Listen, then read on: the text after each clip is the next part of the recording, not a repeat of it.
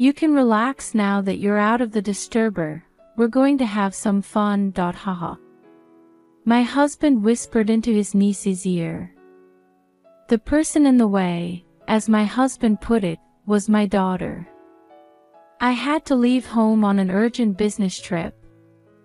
I was anxious about being away from my daughter for a few days, but my husband sent me off, telling me to go in peace.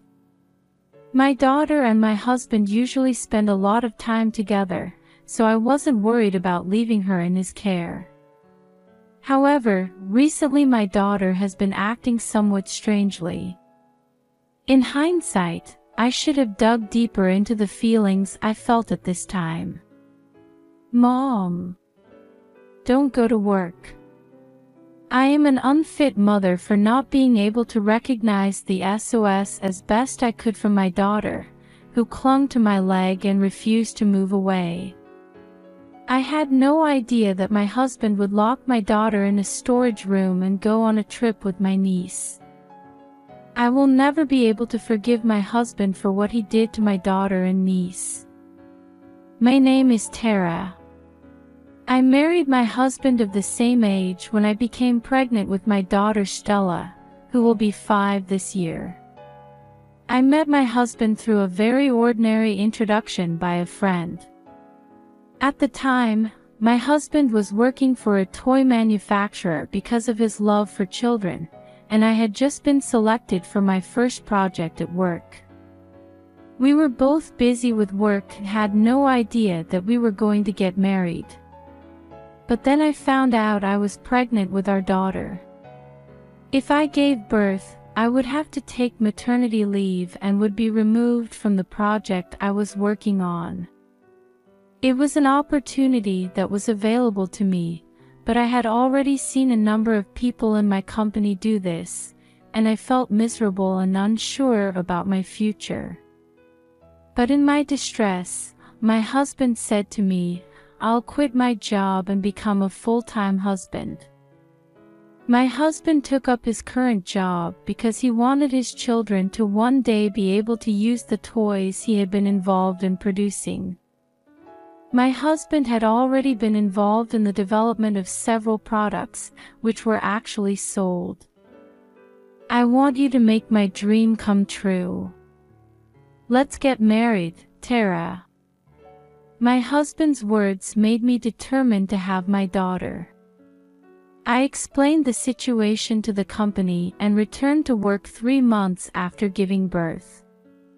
Despite some blanks, I managed to work on the project until the end, which was a valuable experience for me.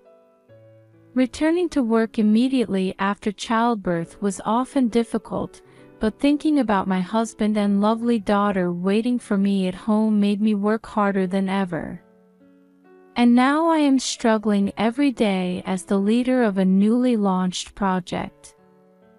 On weekdays, I leave work on time by bringing work home and tries to spend as much time with my daughter as possible, but sometimes I have to work on holidays or go on business trips.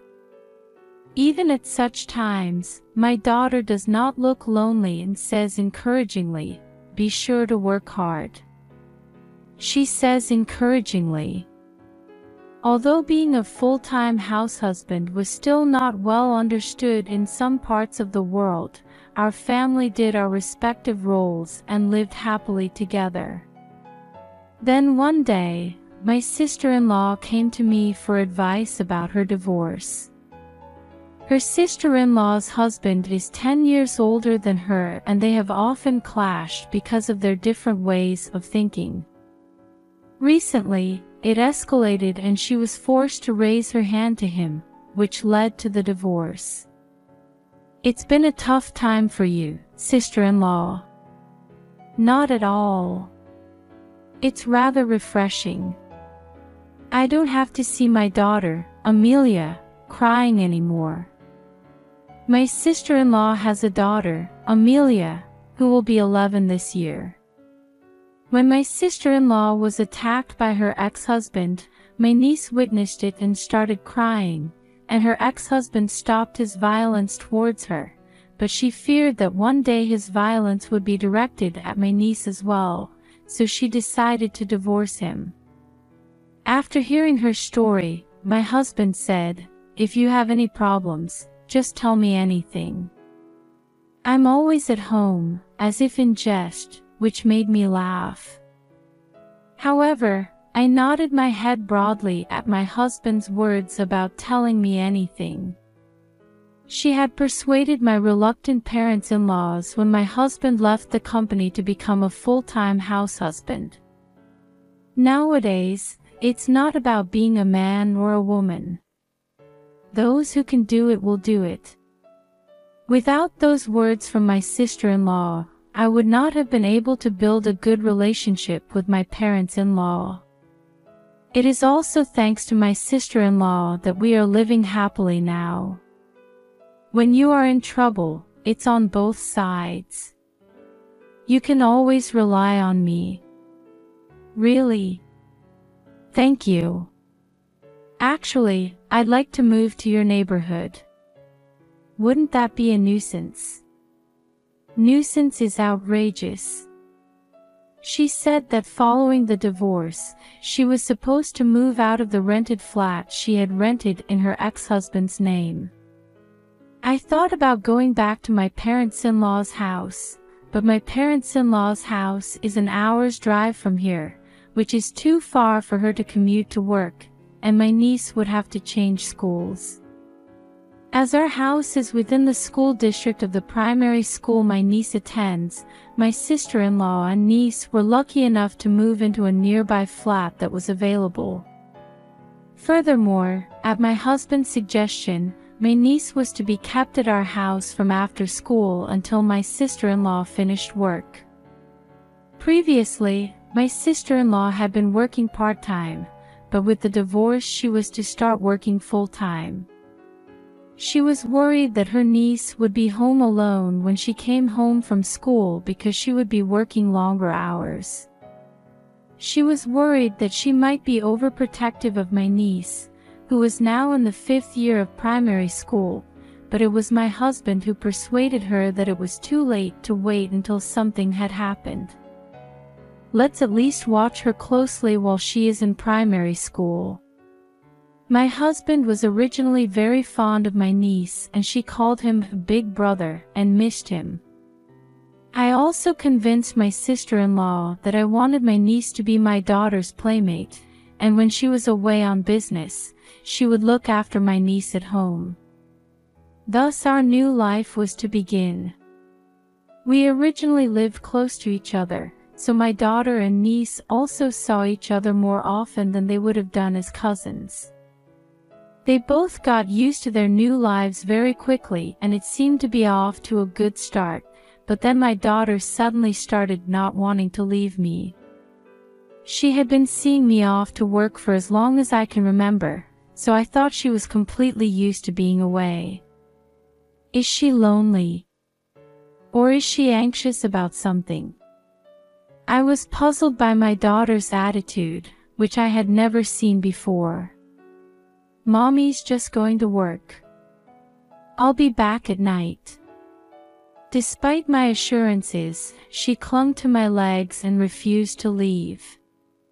What's wrong? I asked her, but she just shook her head. Amelia's sister will be here in the evening, so you won't be lonely, will you? When I said this, she put more and more pressure on her hand that gripped my leg. Whenever I am unable to do anything about it, my husband gently pulls my daughter away from me. It's all right, go to work, Mom.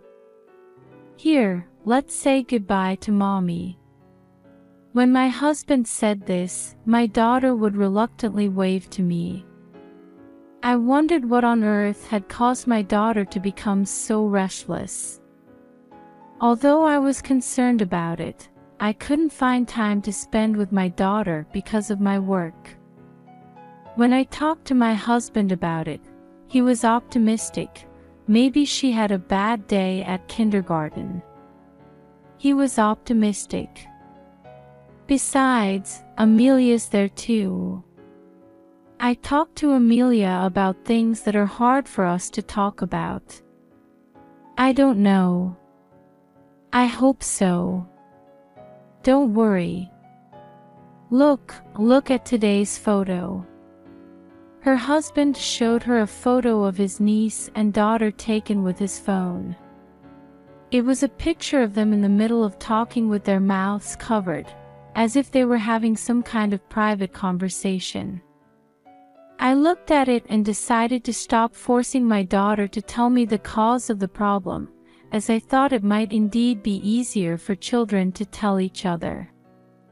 My niece adores my daughter, saying she is like a sister to her, and I am sure her attitude is only temporary. I'm almost done with work and then I'll get paid to spend time with my daughter. I told myself that. Soon after that, I had to go on a business trip. I had to leave home for 5 days because of a sudden business trip. I was worried about my daughter, but my husband's words of encouragement, "Don't worry about it, go ahead," encouraged me to pack my bags, and 2 days later I left for my business trip. My niece had just come to visit, and my husband, daughter, and niece saw me off and I left home. I remember my husband and niece were all smiles. But how was my daughter? At the time, I had no idea that something like that would happen. By the time I boarded the bullet train, things were unfolding at home that I had not expected. My husband was getting ready to leave. My niece saw this and asked, "Stella, aren't you going with us?" She asked anxiously. Stella is going with Mom on her business trip. As soon as Mom gets back from work, it looks like they're going out together. Right. Having thus talked his niece out of it, my husband ordered his daughter to look for something. "Stella, there's something in the shed that's very important to Mom. I need you to find it for me before Mommy comes back." Stella believed him and went to the storeroom to look for an unlikely find, a small round pearl. When he confirms that Stella has entered the storeroom, he closes the door from the outside. His daughter, who had her back to the door, did not notice this. "You can relax now that you're out of the disturber. We're going to have some fun. Haha." My husband shook his niece's hand anxiously and went off on the trip. 4 days later, he returned from the trip in a good mood. He spoke to his niece, who looked downcast, saying things like, "The trip was fun." Just before unlocking the front door, he suddenly saw a shed in the corner of the garden and turned pale. It was only then that he remembered that he had left his daughter behind. No way, they'd have come out long ago. I didn't lock the door. My niece, who was listening next to him, said, "No way, you left Stella there." She was so surprised that she started to run. Not hearing him try to stop her, she went to the shed and called his daughter's name. What he and she saw was a strange liquid oozing out of the storeroom. "What the hell is this? No way." Niece rushed to open the shed door, but he stopped her. "Stop. Don't look, Amelia." "What do you mean, don't look?" "No way, Stella is." My niece turned pale and blamed him. "Why did you leave her here? You said Stella was supposed to go with Tara on her business trip." Her niece's plaintive cries echoed in the area. My husband shuddered as my niece accused him of doing this, saying, "What a thing I've done." So finally, I approached my husband from behind. "Where have you been?" My voice was so cold that I was horrified. I didn't know that I could be so angry that I could make such a sound. It was the same for my daughter standing next to me. Even as a child, she looked at my husband accusingly. Fearfully, my husband turned around to find me and my daughter, and froze as if frozen. Tara, Stella. Contrary to my husband's surprise, my niece found my daughter and hugged her, crying, "Thank God, Stella. You're safe." As my niece hugged her, she took her gaze off my husband and hugged her back, as if to confirm that my niece was safe. How much have these children been pushed around by my husband? I stood there, protecting my daughter and niece from my husband. But my husband deliberately muttered to my daughter, "Thank God you are safe. Glad you're safe. You left her yourself, what are you saying now?" Stella said she'd be better off with Mom. "And why is Tara here? What happened to your business trip? You were supposed to come back tomorrow." "Heh. So you're planning to be back home before I get back? I can't believe you can think like that. Maybe this is how you usually leave my daughter behind."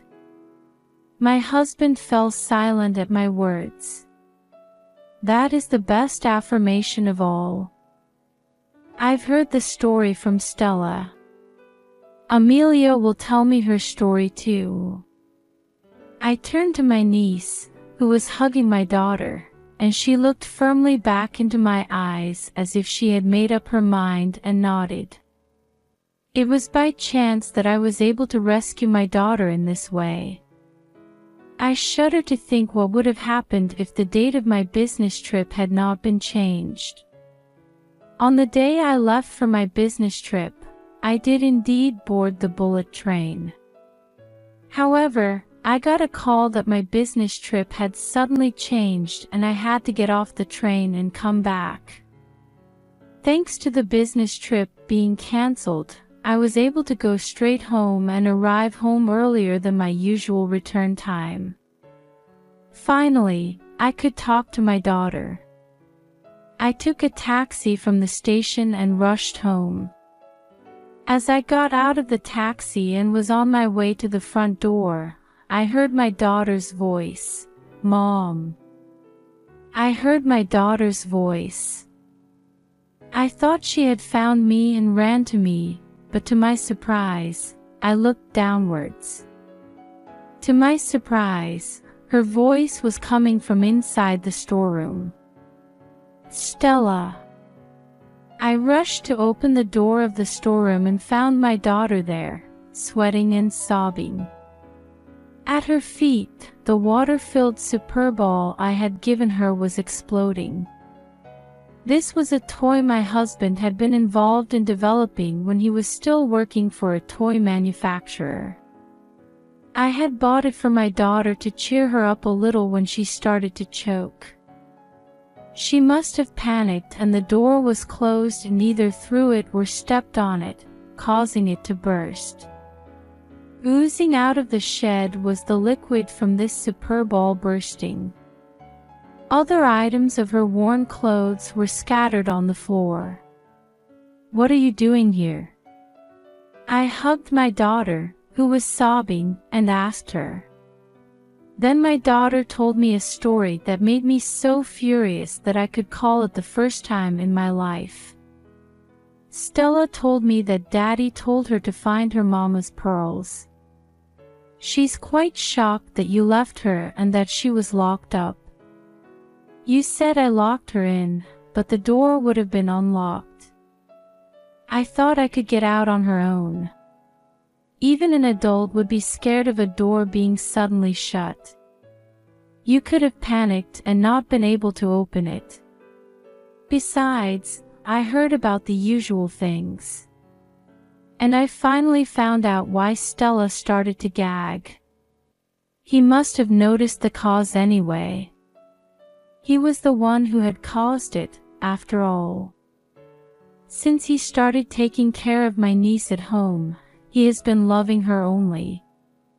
My daughter began to feel lonely because he neglected her and tried to give his undivided attention to my niece. But she could only complain in that way because of my busy schedule. Besides, my daughter apparently knew that my niece was troubled by his attitude. The photo of the two of them having a private conversation must have been taken when they were talking about it. She really wanted to tell me about my niece and have me do something about it. But she didn't yet have the words to tell me exactly that, and she didn't know what to say to me. When she finally told me, her words were faltering, but she still worried about her niece as much as she could. What a kind girl she was, even though she had been lonely herself. I heard from her and immediately phoned my husband. But no matter how many times I called, my husband did not pick up the phone. Usually he would call back immediately, and he never answered the phone like this. Something was wrong. I thought so and contacted my sister-in-law. That's when I heard the shocking news. My husband had told my sister-in-law that he was going on a trip with our daughter and niece. My husband had contacted my sister-in-law as soon as he found out about my business trip. Tara is going on a long business trip. Stella will probably miss her during that time, so I'm thinking of taking Amelia with me on the trip. My sister-in-law was also just busy with work and was worried about not being able to take care of her daughter. My husband lied and said that my daughter and niece wanted to go to a theme park, and my sister-in-law agreed to my husband's proposal to take them. Of course, I never heard that from my husband. When I heard about this, my blood boiled. Did my husband really intend to leave my daughter home alone during that trip? I told my sister-in-law that my daughter remained at home. When I also told her that I could not contact my husband, she said she would try to call him herself, and that is where I hung up with my sister-in-law. I thought it was odd, so I went through the house. To my surprise, it's just not right. There are a lot of leftovers in the fridge and the water heater in the bathroom is left on. Could this be so Stella can stay at home alone? Well, that's... My husband had prepared just this and tried to leave our 5-year-old daughter behind for 4 days. He was taking his niece to a theme park with him, and he said he had to hang up because it was his turn to go to the attractions. A photo of my niece alone was also sent to my sister-in-law's phone. Having confirmed that my niece was safe for the time being, my sister-in-law and I decided to wait for my husband and niece to return home, despite our anger. My husband had also sent me a photo of my daughter and niece, perhaps to create an alibi. The background was our house, so he must have sent me one taken earlier. My sister-in-law had sent me a photo of my niece playing at a theme park. It was accompanied by a white background and even an episode of the two of them having a good time. And my husband, who thought we didn't know, came home in a good mood, having forgotten all about the daughter he had left behind. Why did my husband want to travel only with my niece? Even though she had always loved him, his behavior was unusual. Of course, I am not the only one who thinks so. What the hell are you really doing? You're crazy to leave your own daughter behind and go on a trip with your niece. Sister, why are you here? Tara told me everything. My sister-in-law jumped in, out of breath. She must have run all the way here on her way home from work. When my niece saw my sister-in-law, she left my daughter and ran to her mother. "Amelia, I'm sorry." There, for the first time, my niece told me everything about my husband's behavior. My daughter told me that as soon as he started taking care of my niece at our house, my husband started to only care about my niece. In my daughter's eyes, this seemed to be the case, but in reality it was more of a push on my niece. He had a bizarre need to take photographs of his niece. At first, my niece smiled and agreed with my husband's words that he would send them to her mother, but gradually his behavior escalated. He started ordering her to pose like this, which my niece found strange. However, once she said no, the husband said, "I'll tell your mother," as if he was blaming his niece. I could say that Amelia is a bad girl who doesn't listen to us, so we can't take care of her anymore. I'm sure your mother would be annoyed if I did that. My niece's desire not to annoy her mother was taken against her wishes, and my husband continued to take photographs of her. Finally, he took her on a trip, just the two of them. I really didn't want to go on the trip. He held my hand and it made me feel uncomfortable. "Hey, Amelia. I don't think so. You used to be happy about it, too. You used to ask me to hold you yourself."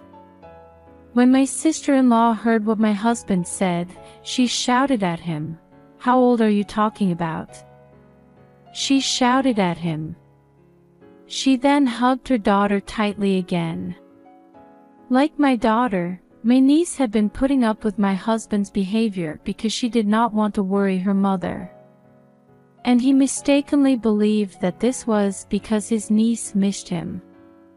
My sister-in-law tearfully apologized to her daughter for agreeing to the trip without any sense of danger to him.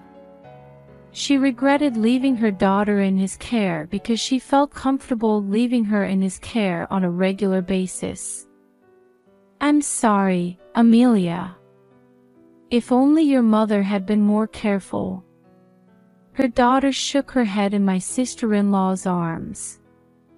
Then, in a trembling voice, she said she never wanted to see my husband again.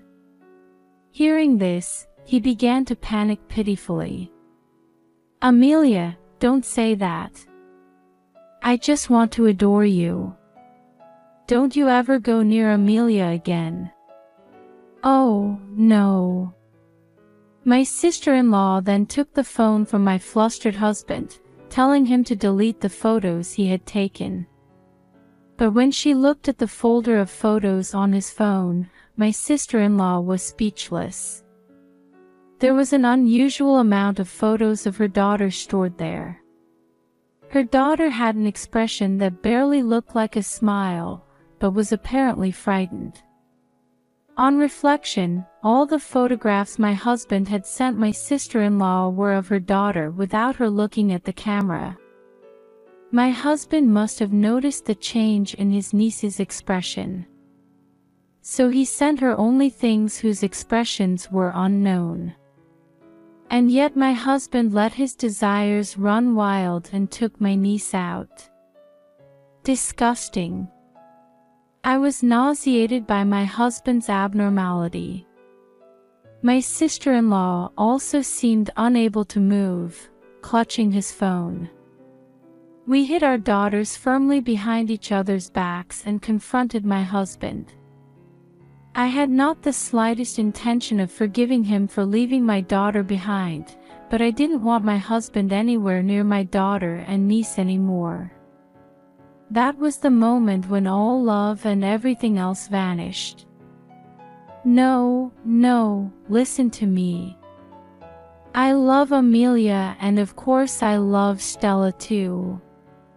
He is still making some excuse, but it only frightens my daughter and niece even more. I confronted my husband with the divorce papers I had prepared during his trip, took the luggage I had packed and left the house with my daughter. I did not want to breathe the same air as him for even a second. My sister-in-law and niece followed me and my daughter out of the house. All that followed was my husband's plaintive cries. I then drove my sister-in-law and niece to my parents-in-law's house and reported my husband to my parents-in-law's.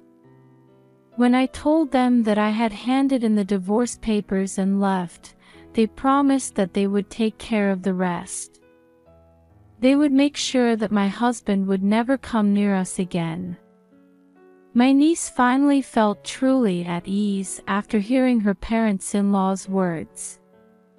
My sister-in-law and niece will continue to live with my in-laws, and they will adjust their work and schooling, but my niece will probably have to change schools. I can't rule out the possibility that my husband will ambush my niece on her way to school. My daughter and I have also decided to return to my parents' home. During my husband's trip, I had been handling work, housework, and childcare on my own, but my daughter is a strong girl and I felt that I could handle it well enough on my own. I could live with my daughter without my husband. Those 4 hellish days certainly gave me confidence. My parents are kind enough to let me live at home for a while, but I am thinking of moving closer to work before my daughter starts primary school.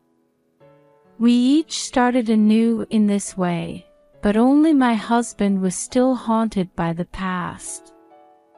Thanks to my parents-in-law, the divorce was finalized without my husband ever seeing me, but he continued to call me and eventually came to see me at my parents' house.